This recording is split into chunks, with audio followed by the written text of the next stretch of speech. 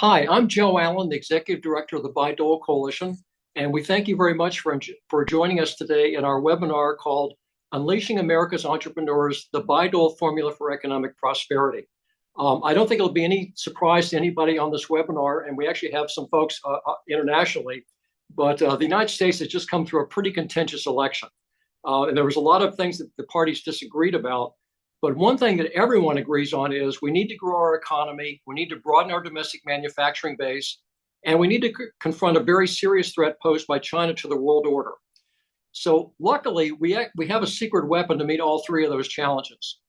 The Bayh-Dole Act brings together the best and brightest minds in our public and private sectors to transform federally funded research into useful products that improve lives both here and abroad.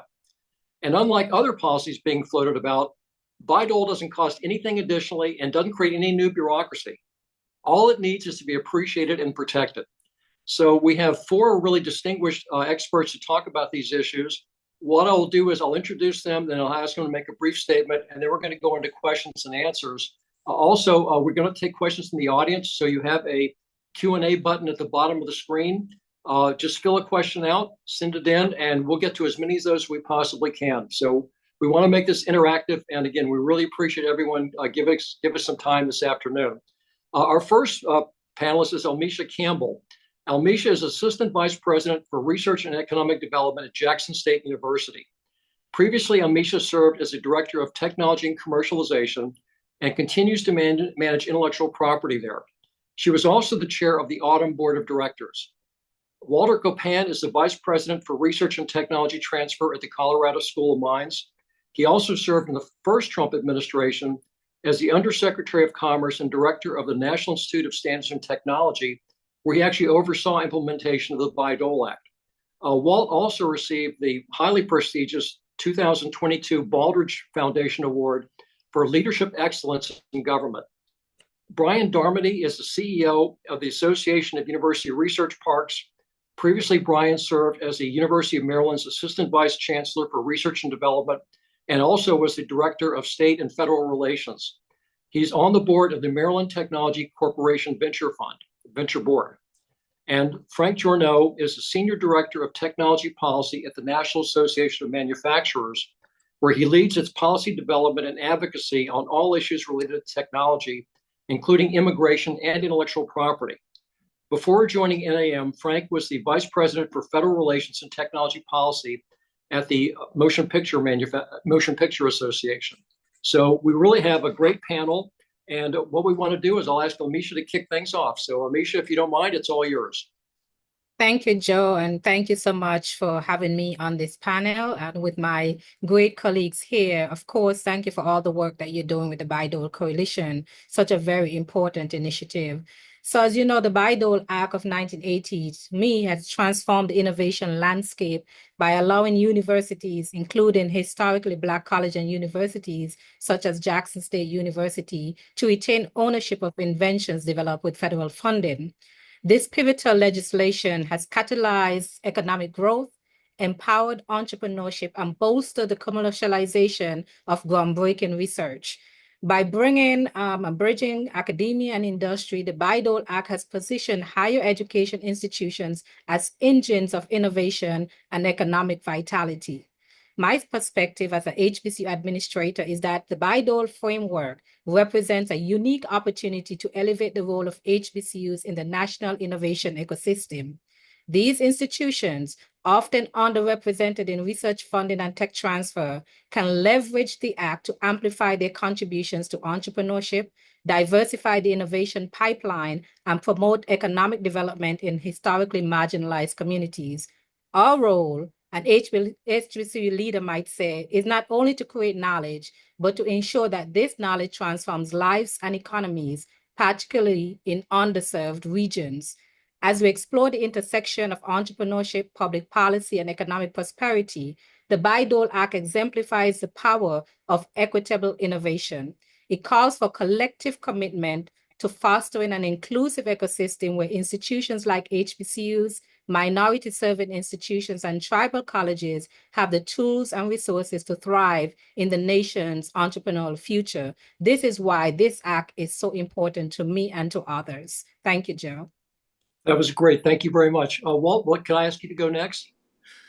Thank you so much, and greetings, everyone. It's a real pleasure to be with you, and also as the former director of the National Institute of Standards and Technology that has regulatory oversight for the Bayh-Dole Act.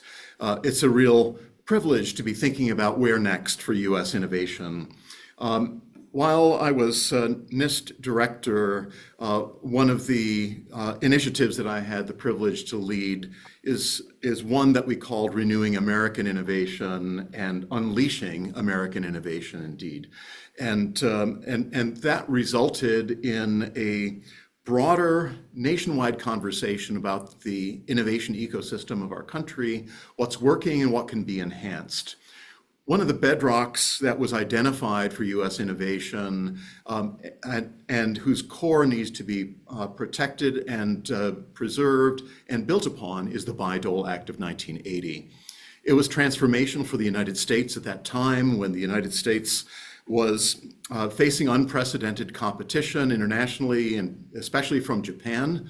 And it was a recognition also that the public and private sectors need to work together to leverage discoveries that ultimately could have economic impact for the nation, enhancing job creation, enhancing manufacturing deployment onshore, and also enhancing national security in its linkage with economic security for the United States. Since 1980, a lot of things have changed. We have certainly seen a tremendous positive benefit from the Bayh-Dole Act that's applied not only by the nation's universities, but also our research institutes that have some degree of public funding. It also applies to small companies that may be eligible for utilization of public funds to leverage their discoveries and to take them from the laboratory into the commercial marketplace. The other things that have changed in addition to the major impacts on the economy has been the ascendance of China and the role of the United States is certainly being challenged within this revised world order with China ascendant, with China building a much stronger research and educational enterprise, and of course having both learned from as well as having stolen from the United States and from other nations. So the importance of intellectual property protections that are enshrined in the Bayh-Dole Act and also going back to the foundation of the United States enshrined in the US Constitution are absolutely part of the bedrock that the Bayh-Dole Act represents for the nation, the security of intellectual property rights that enable investors to go forward and to understand clearly the business, the technology, the regulatory risks of a new enterprise. But the last thing that we should see is that these companies so often are founded principally on the value of the invention. And so relying upon a system of law that protects that invention without ambiguity is absolutely core to any innovation economy and is certainly core to the US Bayh-Dole Act. The United States government has a critical role to play with respect to basic research, discovery research that is long-term, that corporations really cannot see a return on their investment in pursuing because these are discoveries that in many cases take decades to advance into something that even has a remote commercial opportunity behind it. During the COVID era, we certainly saw the leverage of government-funded research with the discovery, but ultimately the practical deployment of messenger RNA-based vaccine strategies. While I was serving as NIST director, I was privileged to be a co-leader of the National Quantum Initiative, and quantum science and technology also many, many decades of investment in the United States and abroad, but is now leading to an important engine of economic development that brings basic discovery research in a way that's really intertwined with economic opportunity, but also with national security implications.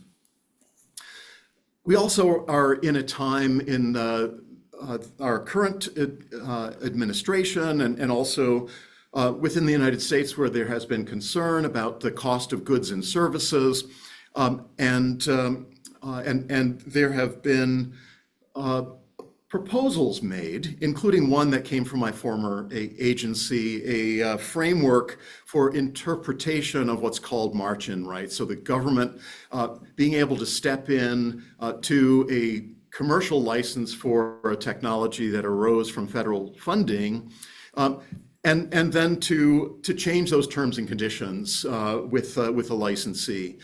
The original goal of Birch Bayh and Bob Dole, the really bipartisan leaders of the Bayh-Dole Act, was to provide great clarity around intellectual property rights and when march-in could be utilized. And their goal was certainly to ensure that pricing was not a consideration of when the march-in right would be exercised. And we've had, unfortunately, over the past years, several misguided attempts to utilize march-in rights and to advocate for march-in rights on the basis of the price of products like drugs. The senators made it very clear that was not the intent of the Bayh-Dole Act. The government should not be in the business of price control by controlling intellectual property, but we are in a free market economy, and enabling then other regulatory tools to deal with the pricing matters was absolutely core to our democracy and the way in which our economic system works. So I'm sure we'll be discussing further in this webinar the implications of the misuse of march-in rights. But let me just wrap up my comments by saying that Bayh-Dole is proven as a brilliant legislative stroke for the United States to advance our economic competitiveness, our national security, and to enable public-private partnerships and bringing private sector investment to take the fruits of the inventive spirit of the United States, our research base, and ultimately to convert that into new enterprises worthy of downstream investment to create jobs and to contribute to the vibrancy of our U.S. economy with job creation, with advanced manufacturing, deployment opportunities, and ultimately to reduce regulatory burdens so that we can achieve innovation at speed and scale. And I'm excited about the opportunities within also our incoming administration to look at how the United States continues to lead the world in our innovation ecosystem strength. Thanks. Well, thank you very much. Brian, could I ask you to go next? Yes, thanks, Joe. Brian Darmody, I'm just to correct the record, I'm Chief Strategy Officer for AURP. We are Association of University Research Parks. We are a nonprofit membership organization of research parks and innovation districts across 46 states. Our headquarters, it happens to be at the University of Arizona Research Park, but I operate out of our DC region headquarters at the University of Maryland Discovery District in College Park, Maryland. So you're probably familiar with many of our famous members like Stanford Research Park, the world's first research park, Research Triangle Park in North Carolina, University City Science Center in Philadelphia. But as mentioned, we have members across the country, in places like Madison, Wisconsin, Lincoln, Nebraska, Baton Rouge, Brookings, South Dakota, Fargo, North Dakota, and other places in urban, suburban, and rural areas. And these all are areas of innovation and entrepreneurship. And university tech transfer offices and incubator facilities are often part of these research parks because this is where the companies can grow using the kind of resources that both the university and the innovation district provide. That's why preserving Bayh-Dole is important to our members. I want to give you two examples because I worked at the University of Maryland for over 30 years, and I launched our tech transfer and commercialization office. So I know the opportunities and challenges of taking IP from federal research to create companies. So one example, and I'm glad Walt just spoke, is IonQ. It's a quantum computing publicly traded spinout based on IP that currently, I just looked this up, has a market cap of nearly $8 billion. So it's the first publicly traded quantum computing company, and it was based on IP started a long time, actually jointly with NIST and the University of Maryland. So these things are not, flash in the pan. This takes a lot of time and effort, 20 years of fundamental research. But thanks to some investors who saw this, the IonQ is now this publicly traded company. But it was at one point was just interesting research. So the private sector invested in it. And by the way, IonQ needs to protect itself. It now has nearly 600 patents. So you can understand the importance of patents in protecting other countries from encroaching on things like quantum computing, because I can tell you, Walt knows this, around the world, countries are spending billions and billions of dollars on quantum computing because it's both an opportunity and a threat to decrypt a lot of technology. So it's housed in a former surplus warehouse. It's non-impressive, but what's going on inside, and again, to show you the power of being in an innovation district, next to it, the university is building a 750 person graduate housing complex. And next to that is the University of Maryland's computer science program, which, by the way, is the country's largest computer science program. So you can see, if you're a company, where would you rather be than, next to graduate students in a large computer science department? And that story could be replicated across the country at our research parks. So I want to give one other story. It's another ion. It's called Ion Storage. In this case, they are manufacturing solid state batteries that can't catch fire. And they also were based on IP. This was funded by the Department of Energy, and they are now manufacturing solid state batteries in a place called Beltsville, north of the University of Maryland, just a mile or two up the road. And they're in a 20,000 square foot building that is not just doing research, but actually manufacturing these solid state batteries, which are world-class, and customers like NASA, the Department of Defense, automotive companies are buying them. So because we are within the University of Maryland, literally within the Beltway, but you can see examples of what's happening with Bayh-Dole. I invite anybody who wants to come out from the Hill or whatever to see a research park in action, and it's these kinds of things are happening across the country among our 46 members across the U.S. And if we had march-in rights, that would definitely mess up the system.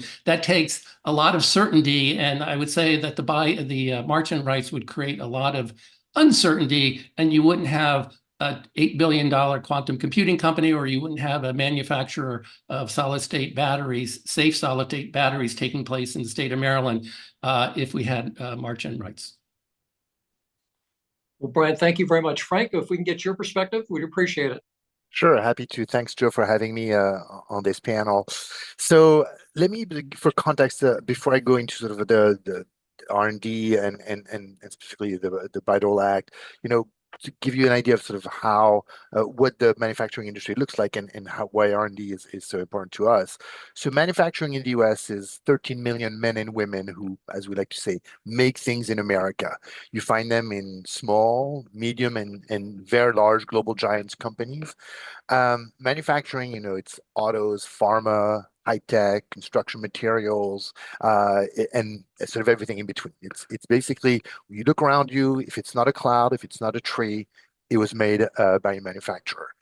And one thing that I often point out when I go to the Hill is that you find manufacturing in every single congressional district in the US. And I say that to say, as a way of sort of communicating that manufacturing is really sort of integral to the fabric of the economy and of communities throughout the nation. So that's manufacturing for you. the importance of R&D and innovation to manufacturing, it's really essential. So one thing that people rarely know that I didn't know before I came to the NAM is manufacturing in the US performs almost 53% of all private sector R&D. So to give you an idea, we're about 10% of GDP, but we do more than 50% of the R&D. So it means we're significantly more R&D and innovation dependent than the rest of the economy. And so that's why we care. That's why I'm here today on this webinar. To give you an idea in absolute numbers, in 2000, manufacturing R&D was just over $130 billion. That's in 2000. Last year, we had reached a record of more than almost $405 billion. So, those are not trivial numbers. The reason why the Bayh-Dole Act and generally public-private R&D partnerships are important, essential to the manufacturing industry is they're important for all manufacturers, big, small, medium, and large, and across all sort of manufacturing sectors. But I want in particular emphasize smaller and medium-sized manufacturers. So for context, 93% of manufacturers have fewer than 100 employees. And when you're a small or medium-sized company, not that R&D or investment is a trivial proposition for any company, because it's particularly speculative. It's potentially a very costly investment. But so those speculative and costly and yet essential investments, they're even harder to justify and to shoulder for small and medium-sized companies. And so being able to turn to partners, in particular, government-funded partners, universities, to be able to leverage, to partner with them to leverage and commercialize their innovation is really, really important for manufacturers, in particular, smaller and medium-sized manufacturers. And so that's why, just as our members partner with, in particular, local universities and local sort of educational institutions on developing their workforce and training their workforce, they also partner with them for innovation and to commercialize those innovations. And so that's really sort of why we're here today. I'll say sort of a couple of things to sort of build on what others said about the what was proposed as guidance by NIST on March-in particular, on how to account for pricing in the decision by an agency to march in is. So as you may be able to hear in my voice, I have a slight accent because, well, I like to think my accent is slight, but it might be bigger than I thought. But because I'm originally not from the US, I'm originally from France. And before I came to the US, I already knew about the Bayh-Dole Act, not just because I'm a policy geek, but because it is known throughout the world as not just brilliant piece of legislation, but one that is really one of the central and most unique to the United States, or was unique to the United States, kind of policy mechanisms by which that sort of supports and fuels America's innovation economy. I knew about it because the groups that I was working for would come to the US and say, well, how do you have such an innovation, such a brilliant innovation economy? And one of the couple of reasons that we always heard of was Bayh-Dole. The partnerships bring academia closer to the world of business, so that the latter leverages the innovations of the former, commercializes them, etc.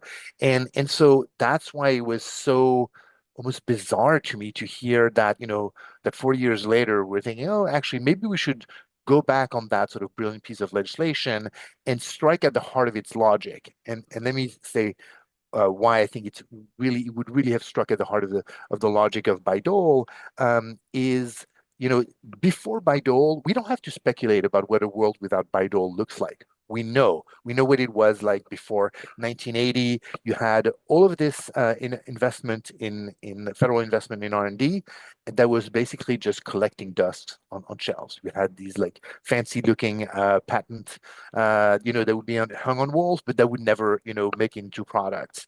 The reason why is there was this terrible expression that was used. It's those funds are contaminated. That R&D is contaminated by federal funding, and so you don't know, as you can get a license, but you don't know that that license is not going to be exclusive, and so you kick the tires into sort of how to turn that innovation into an actual product.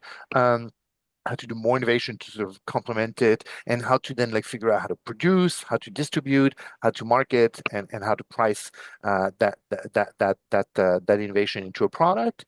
And then a competitor is going to swoop in and say, "Oh, thanks for figuring it all out, and I'll get a license too, and then I'll replicate your success." That is just it's a non-starter for an entrepreneur. So that's really one thing, and that's why it bears repeating that price was not one of the criteria explicitly rejected as a criteria that would have been included in the original Bayh-Dole Act, and so that's why we thought that it wasn't just a bad policy idea, but one that was a departure from the clear letter of the Bayh-Dole Act. And last thing, pricing is very complex. Figuring out how to price a product, it's not just of the original R&D, but all of the money that you've invested in further developing the product, in setting up your production, what are your distribution and marketing costs, et cetera, et cetera.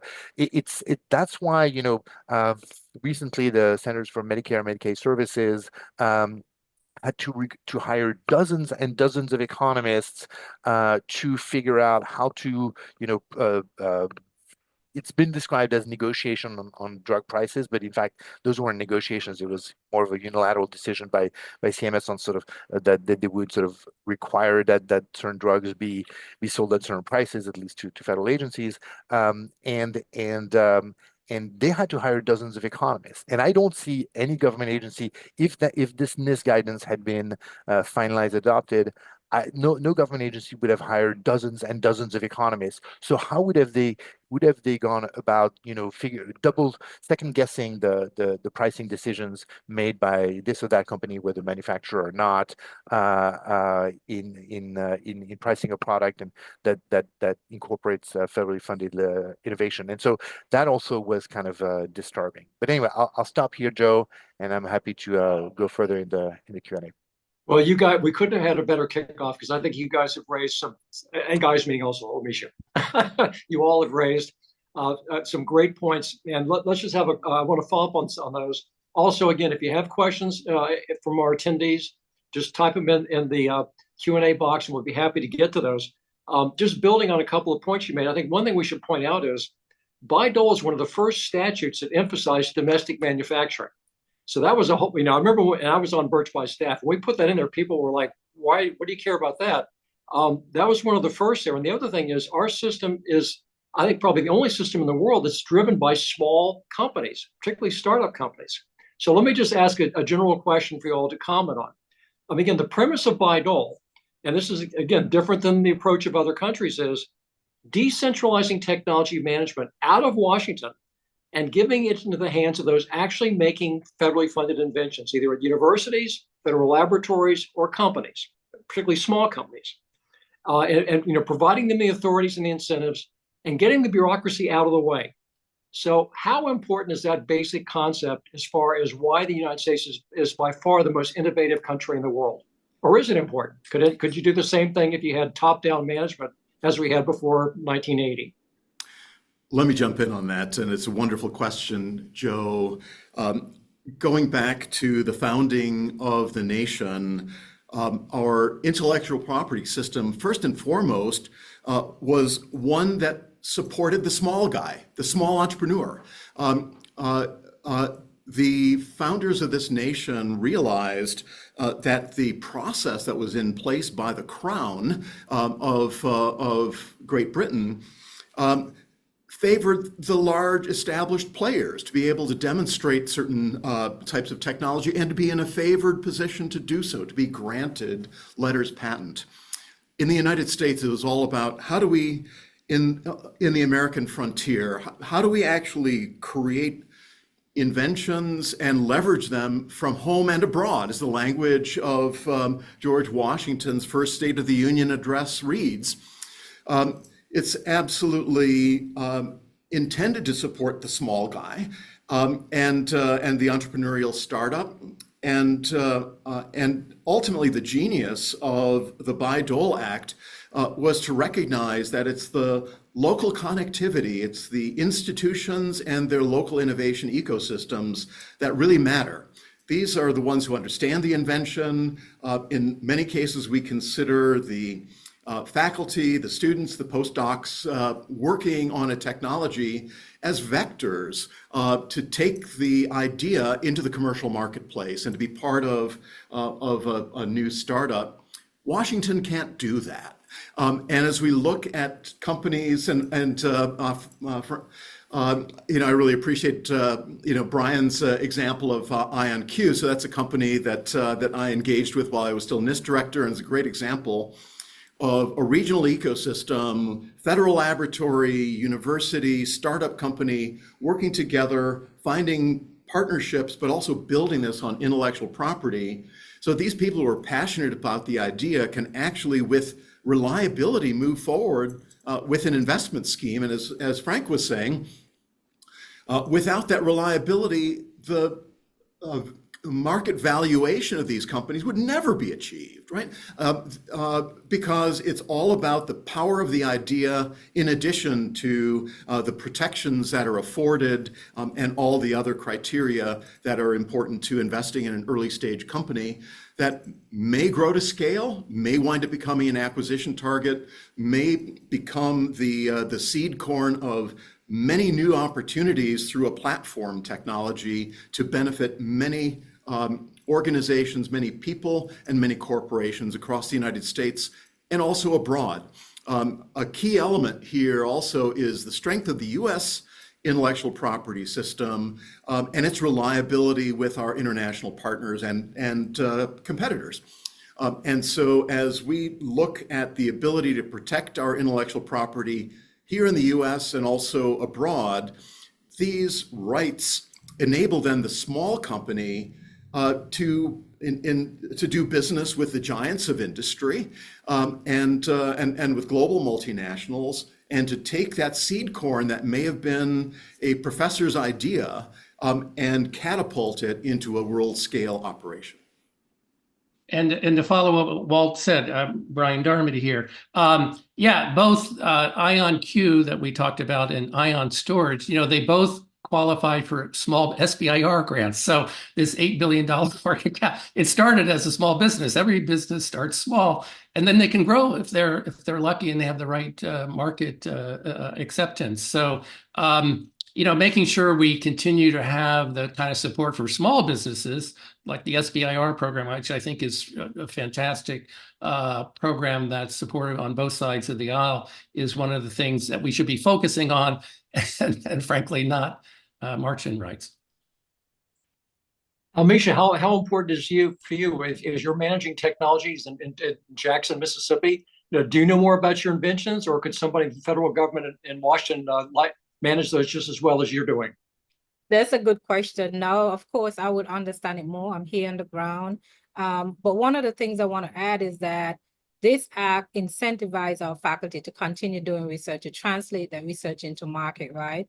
It really gives you that edge where you can see the competitiveness in America based on these research and based on the inventions coming out of those research. But not only that, it has helped bolster industry university partnerships that work together to increase American competitiveness. So that's why it's so important for us to engage in this space. That's why the decentralization is so important as well, because more players, smaller players, large players can engage in the system and can move it faster than the government can. And one thing we saw with Washington management is when you have industrial policy, no one's looking at Jackson State. No one's looking at South Dakota. They're looking at the coast. They're looking at where they went to school, the people they know. No one imagined when we passed Bayh-Dole that Salt Lake City, Utah would become a center of the life sciences. And that only happened because somebody there, just like Amisha and Brian and Walt and Frank, understood the technology and had to do the hard work of finding a commercial partner. So this is not the flyover states now, as Brian said, are very, very much involved in our competitiveness, which they were not really before Bayh-Dole. Frank, did you want to add anything to that before we go on to the next question? No, that I think that it's right I just want to reiterate that is when this or that governor or economic development office in this or that state thinks, oh yeah, we should support the development of this lab at whatever university we have. It isn't just because it's great and it's prestigious to have this lab, and the researchers may be sort of well compensated, and so we want to have that in our state. Is they always thinking about like, how do I build an ecosystem around that, so kind of let's give incentives for companies to set themselves up in this kind of research and industry park around it. And how do we create, what does it look like relative to the economic sort of activity that we already have, and can we leverage that and build upon that? So this is all like very local, extremely localized sort of decisions that have to be made about sort of how to develop a region, a county, a city economically, and it's all extremely sort of speculative. Like I mean, it's pretty famous in the world of biopharmaceutical research, but it's true in actually all of the areas of research that most of the money ends up being a waste. You spend millions, billions of dollars, years, decades sometimes, and it's a lot of dead ends, and you never quite know which of these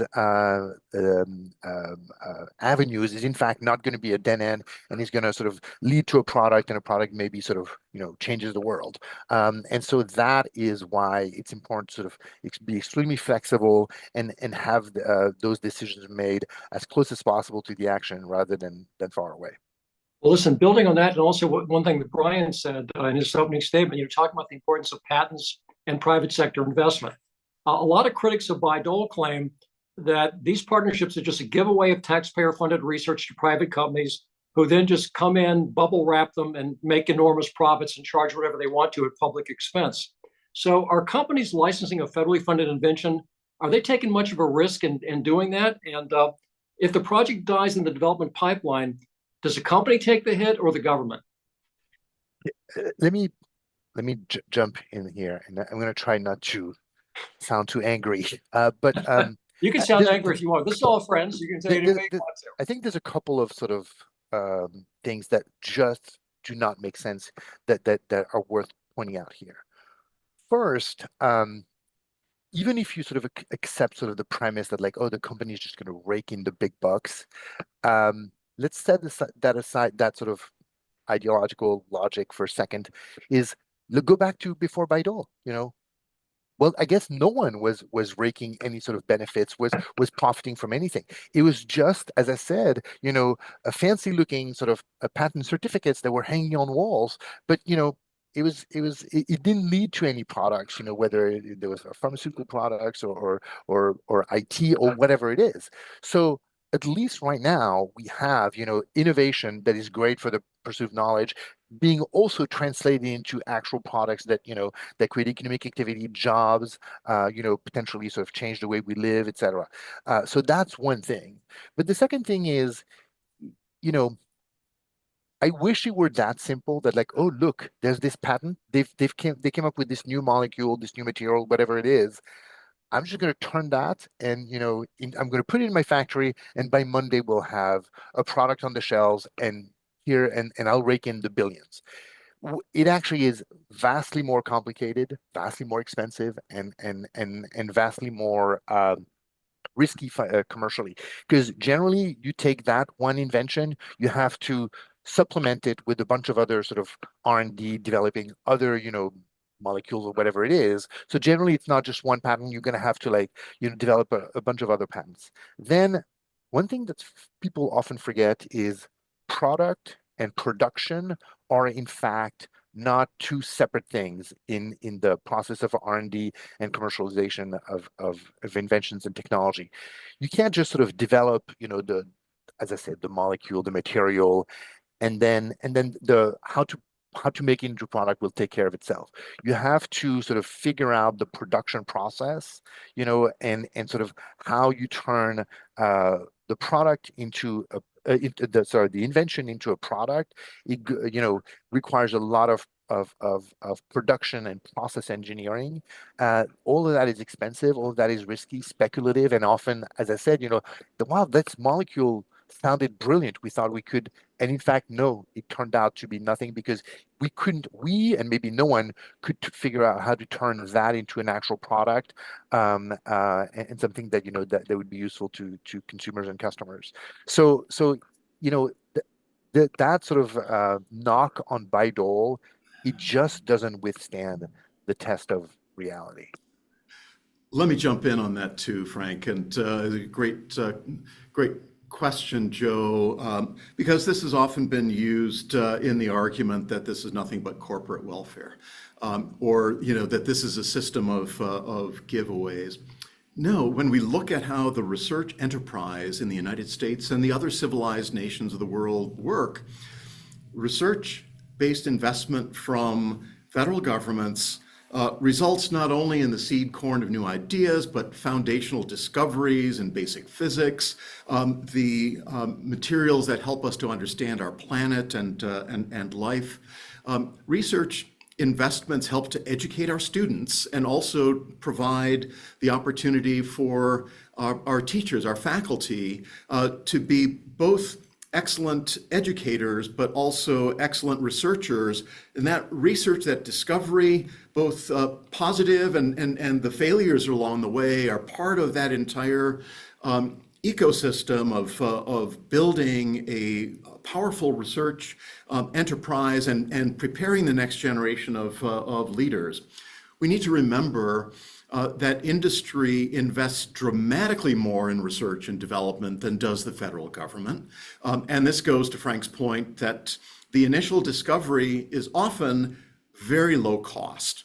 And productizing that, de-risking it, including regulatory risks and market risks. And there are plenty of examples of product failures, promising new drug therapies or medical devices that then wind up having a safety issue and other challenges. And they may die at the very end of the investment of sometimes billions of dollars by the private sector in taking that great concept and seeing where it will go.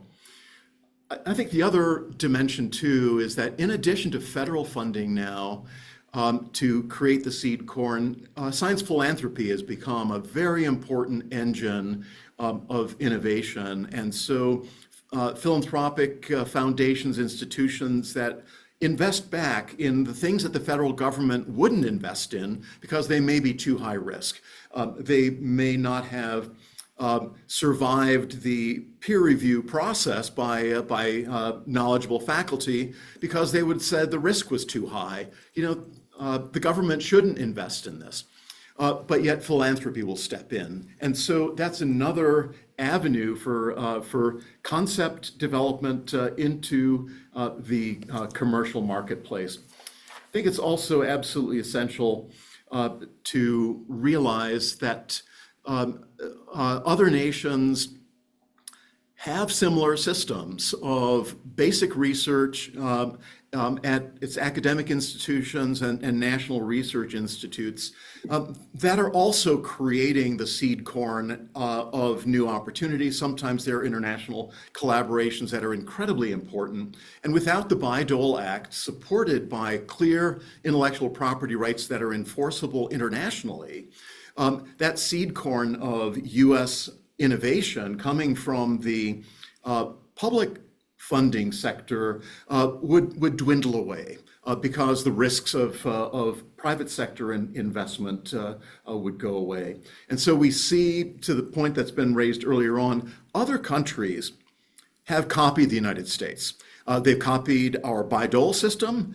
They are trying to replicate in many ways, if they can, our innovation ecosystems and looking and benchmarking the various parts of the United States that deliver great companies, great technology-based enterprises. And our current competition with China indicates that the United States needs to continue to invest by the public sector to ensure that the United States can maintain momentum for our national security and our economic security needs. And so these arguments that this is a giveaway does not look at the reality of where investment actually goes.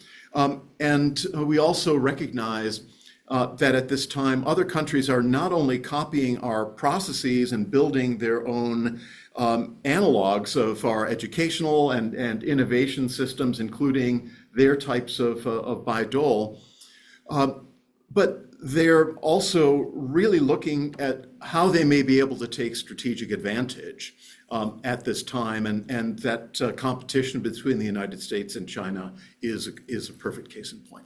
Amisha and Brian, you all are at ground zero. I mean, you're there when these inventions comes in. You decide. The other thing we should add is, under Bayh-Dole, universities pay the patent costs, and you pay your tech transfer costs. The government does not pay that. So, if you decide to file a patent and you're trying to license it, are people like lined up outside your door knowing they're going to make $1 billion, or are you trying to find a licensee who's willing to risk $1 billion and knowing full well they may lose it? Joe, I wish they were lining up outside the door. I would, that would even make my job harder, right? Because I'll have to figure out who are the really good players that are coming at the door. But no, definitely this is a university taking on the burden of the patent costs and of course keeping the patent protected over the lifetime of that patent. Of course, this is an investment. One of the reasons why universities like mine is engaging in this process as well is because we understand what it means in the communities in which we serve, right? If we're able to create the technologies that can support our communities. Plus, when you're looking at our faculty researchers who are doing all this hard work, one of the best way to incentivize them is the protection of the intellectual property. And then begin the negotiation process of how do we commercialize these technologies and what's the return on investment. Oftentimes, and not a lot of us are going to make a lot of money from it. Oftentimes, we're spending more money patenting than we are receiving. But the public good of this entire process is why drives us to do technology transfer and commercialization, right? Majority of us will tell you it's all about societal impact. Of course, impacts economy that allows us to have more innovation. Look, most of the people that are doing work in this space are small startups. They're small researchers doing great things. And then we have some big universities who do some wonderful things as well. But without these innovations taking place at our level of the ecosystem, we won't have American innovation and competitiveness the way we have it today. True, a lot of people are trying to copy our system. I've been to a few countries in my term as chair of Autumn, and they've asked us, what the thing that works for you for Bayh-Dole and what doesn't work, because they're trying to see how to strengthen their own system. And all of that is about competing against the United States of America. So why should we, weaken our system while others are trying to strengthen it? Right? If we want to stay ahead of the game, we got to continue strengthening this system. We got to continue protecting it, which is why the work of the Bayh-Dole Coalition is so important. And I think having a cause such as this to engage our community and to spread this word out farther than our community is so important. It is one that I believe is one of the strongest piece of legislation, bipartisan legislation we've had. And look how long it's been. It's been since 1980. And still going strong, and we got to protect it at all costs. Thank you. Brian, do you want to add? Yeah. So we have a saying in the tech transfer, failure is an option. A lot of our startups, fail. I mean, the CEO for the ion storage company, I mean, he's a prolific researcher, prolific patent holder, but he had several failed companies, right? I mean, but he didn't give up. And so, and by the way, people don't realize a lot of these companies in our research parks, they're not hiring PhDs, they're hiring people from local. So technicians, other kinds of folks that are growing the local ecosystem are employed. But I do want to go back to the overall question. So if you think about it, we kind of just accept that we have a huge biotech industry here. Prior to 1980, it was Europe that had, and if you think about a lot of pharmaceuticals, they still had their headquarters, but not their research in the EU. So 1980, the Cohen-Boyer patent was issued. Genentech went public, and the Bayh-Dole Act passed. So that was a really fundamental year. And, the biotech industry, I was just at a Council of State Bio Associations meeting in Phoenix earlier this week. We just accept that, but that was not a given that industry that employs has, I think over $1 trillion. They just came out with an economic impact statement. We kind of just assumed that's true, and there was no certainty that would have ever have happened. So I think that's a tribute to the Bayh-Dole Act and others who, built that industry. That is a great point. And the other thing is, actually, I had brown hair when we passed Bayh-Dole. When biotech came out, Washington wasn't sure if they wanted biotech or not. A lot of people thought this is a really dangerous technology. And the other thing that we didn't envision when I worked with Birch Bayh staff is that shows the genius to me of decentralized technology management is a lot of times when universities can't find a licensee, which is very often, they spin out a company. Now, that is one of the things that's driving U.S. innovation. And again, to me, that's one of the things that makes us different than China and other places is most of those companies are going to fail. When they fail, they take a hit. Washington doesn't pay them back. But I think you deserve a lot of kudos here because the technology managers decide rather than just leave it on the shelf, maybe the inventor wants to start a company. Maybe we can put a company together. And those are not done at Washington's expense. They're done at private sector expense with a lot of people realizing they may put 10 years into this before they even see a payoff, and maybe not even then. This has been a great discussion. So let me ask another question here before we run out of time. Again, on the general premise about how we're doing internationally. We have the best public research institutions in the world, and they're driving the boundaries of science and technology. But as many of you have said, China and other people, particularly China, is trying to adopt our Bayh-Dole system. So their university is going to eclipse us in both basic research and manufacturing. So how serious is that threat? And what would happen if the critics of Bayh-Dole are successful while we're facing this if we consider this a threat? If the critics are successful, reintroducing Washington micromanagement, so they can second guess your deals, take your technologies away if they don't like your price. So what are the consequences on the table now if we get this wrong? And again, apparently the Chinese think Bayh-Dole works because they're putting a lot of money into the research universities trying to actually eclipse our lead. So is this something we should take seriously or not? Or should we just sit here and just assume that everything's going to be great because nobody's going to beat us, and maybe we can mess around with our system and it'll continue to work?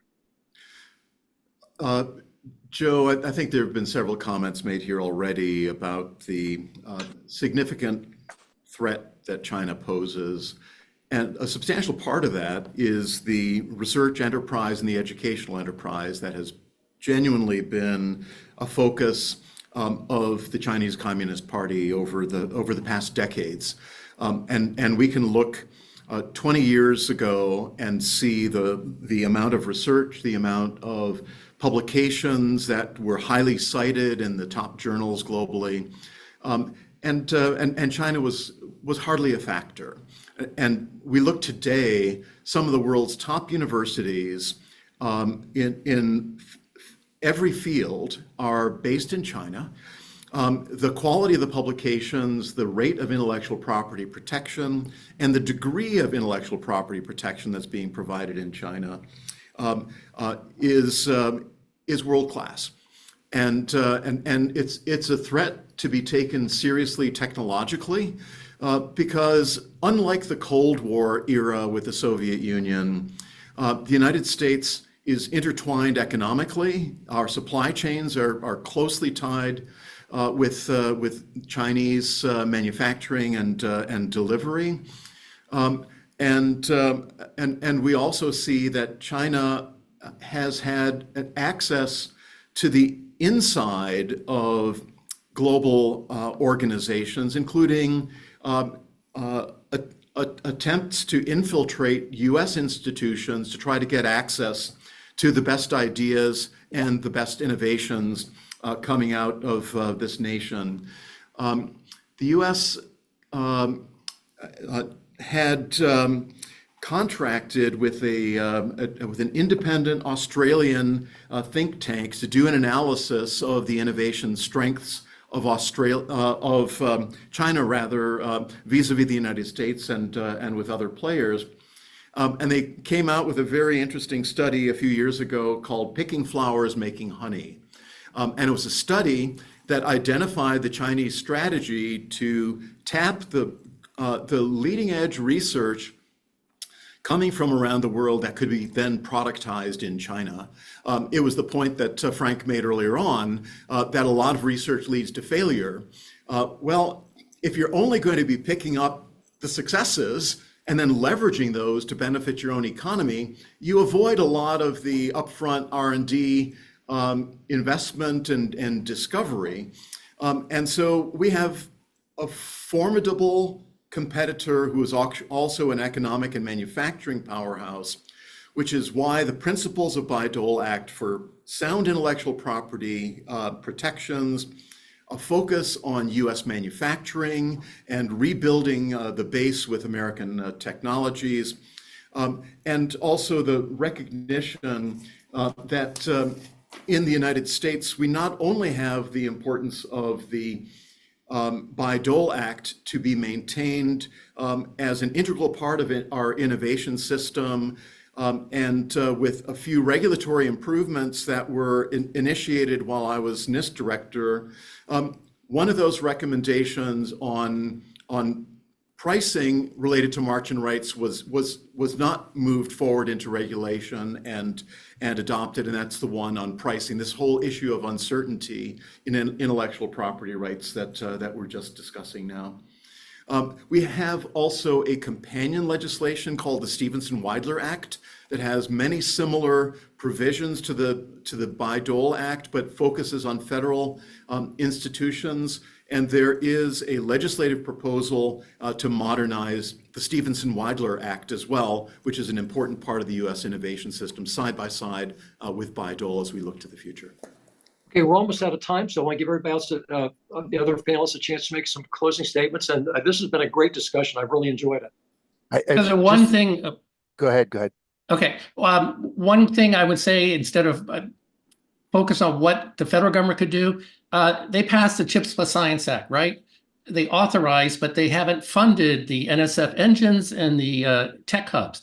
3% of the NSF engines has been funded, 3%. EDA tech hubs, 5%. So that the authorization's already there. Congress just needs to fund it. So that would be my pitch. And a lot of our members across the country are eager to get new NSF engines and EDA tech hubs. Just real quick, what I'd add to what Brian and William just said is a couple of things. First, you're never going to make R&D cheap, and you're never going to make it uncertain, right? It is defined by the fact that it is a costly and extremely uncertain, you fail way more often than you succeed type of endeavor. So what the Bayh-Dole Act does is actually, in a really, again, a fairly brilliant bit of policymaking, is reduce the cost and reduce the uncertainty, because for a company, you come in and it's, there was an R&D investment that has produced a patent. Now, there's still a lot of uncertainty about whether you can actually eventually turn that patent into a product that's successful in the marketplace, and so that also is going to require a lot of additional cost. But at least you've some of the cost and some of the uncertainty has already been sort of kind of taken care of, and so that's really fantastic. And so that's why we remain strong defenders of the Bayh-Dole Act, and we're concerned about the draft guidance on March in. I would be remiss in sort of not mentioning that another way, a really important way to reduce the cost around R&D is to allow companies to immediately expense their R&D costs. So until 2022, and it had been the case for 70 years, the U.S. tax system allowed a company to immediately expense, for tax purposes, the year that it incurred R&D costs to immediately expense those costs. That expired in 2022, and that is a major priority of our, not the only priority, but a major priority of tax reform for the NAM as Congress looks to a tax reform next year. Amisha, you started things off, so we're going to ask you to close things out. Thank you so much. This has truly been a great session, and very informative. Like all my colleagues said, this is a very important act. I think instead of trying to weaken it, we should focus on strengthening it. We should focus on ensuring that America stays competitive through all these stuff. But more so, I want to echo what Brian says, fund this act. Right, fund the CHIPS and Science Act so that these provisions can help not only early stage technologies, but it can help with the engines, the tech hubs, and all of the other programs that we need in our innovation ecosystem so that we could continue growing, we can continue translating the technologies, and we can also continue helping with economic development in our communities. So thank you so much for this opportunity. Well, listen, on behalf of the Bayh-Dole Coalition, I really appreciate all of your time. This has been a great discussion, and we'll look forward to having another webinar on similar topics down the road. So again, I hope everyone has a great day. Thank you for joining us. And we'll also have this video posted on our website fairly soon. So thanks again, and we'll see you down the road. Thanks, Joe.